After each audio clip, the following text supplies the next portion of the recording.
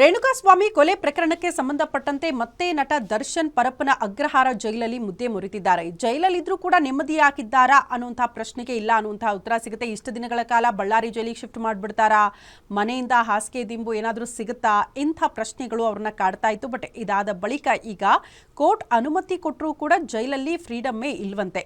ಬ್ಯಾರೆಕ್ನಲ್ಲಿ walking ಮಾಡುವಾಗ ಇತರೆ ಕೈದಿಗಳು ಕೂಗಾಡ್ತಿದ್ದಾರೆ. ಸವಲತ್ತು ಸಿಕ್ಕರೂ ಕೂಡ ಅದನ್ನ ಬಳಸ್ಕೊಳ್ಳೋದಕ್ಕೆ ಆಗ್ತಾ ಇಲ್ಲ ದರ್ಶನ್ ಅವ್ರಿಗೆ.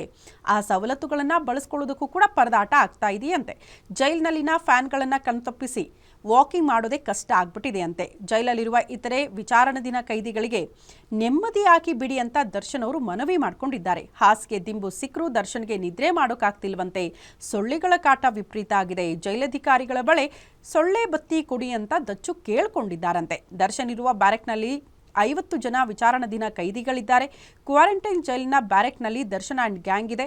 ಜೈಲು ಮಾಹಿತಿಗಳ ಪ್ರಕಾರ ಈ ಎಲ್ಲ ವಿಚಾರಗಳು ಮುನ್ನೆಲೆಗೆ ಬರ್ತಾ ಇದೆ.